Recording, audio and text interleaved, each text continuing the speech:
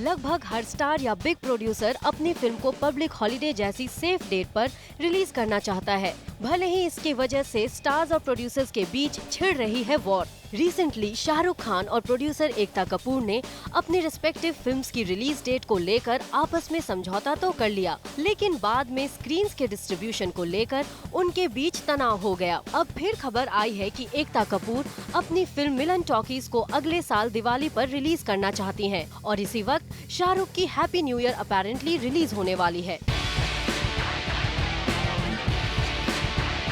वैसे एकता कपूर अपनी एक और फिल्म को नेक्स्ट ईयर 15 अगस्त पर रिलीज करना चाहती हैं। खबर है इसी दिन अजय देवगन अपनी फिल्म सिंघम 2 और अक्षय कुमार गब्बर रिलीज करना चाहते हैं। भले ही अक्षय और अजय के साथ एकता कपूर के अच्छे रिलेशंस हैं, लेकिन जब बात अपनी फिल्म को एक सिक्योर डेट पर रिलीज करने पर आई, तब एकता कॉम्प्रोमाइज करने के मूड में नजर नहीं आई। पहले भी अजय अपनी फिल्म सन ऑफ सरदार को पब्लिक हॉलिडे पर रिलीज करने के लिए यश राज फिल्म्स जैसे बड़े बैनर से टकराए थे and he made sure that his film released on the desired date.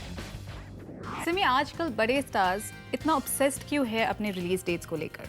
I would like to blame or should I say कि क्रेडिट हमें शाहरुख खान को देना चाहिए।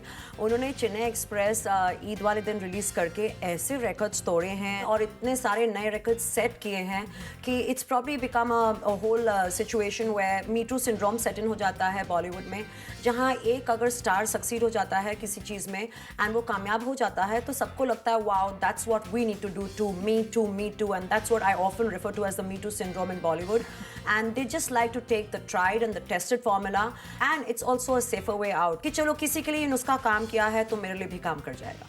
लेकिन आपको लगता नहीं है कि चेन्नई एक्सप्रेस से पहले भी stars used to be obsessed with dates to some level? If you're looking the particular stars who are crashing over these dates, जो release dates हैं और वो वही साल के 2-3 दिनों के लिए ही तड़प रहे हैं, they are again stars in the same category, in the same league. They are all the 40+ heroes that we have, which means that they have competition from the younger lot and उससे ज़्यादा वो already अपना पैसा कमा चुके हैं and they have graduated to the next level.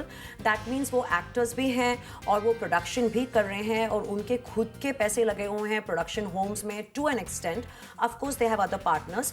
एक business point of view से भी इनसिक्योरिटी आ जाती है कि एक तो मेरी पिक्चर फ्लॉप हो जाएगी एंड सेकेंडली मैंने जो पैसा लगाया है वो भी डूब जाएगा। So here there is extra effort to be put in because there's extra money to be lost or to be made. So that's another reason.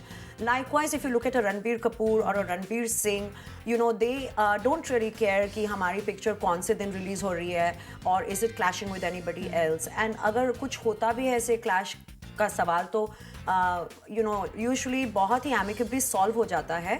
It's just small league of superstars जो सिर्फ खुद ही के साथ आपस में compete ही नहीं कर रहे हैं बल्कि उन्हें यंगर जनरेशन से भी कंपटीशन मिल रहा है एंड उनका खुद का पैसा भी दांव पर लगा हुआ है। क्या ये लकी डेट्स की जंग में स्टार्स का है कोई लॉजिक कंस्ट्रक्टिव या ईगो में आकर ये हो रहे हैं सेल्फ डिस्ट्रक्टिव?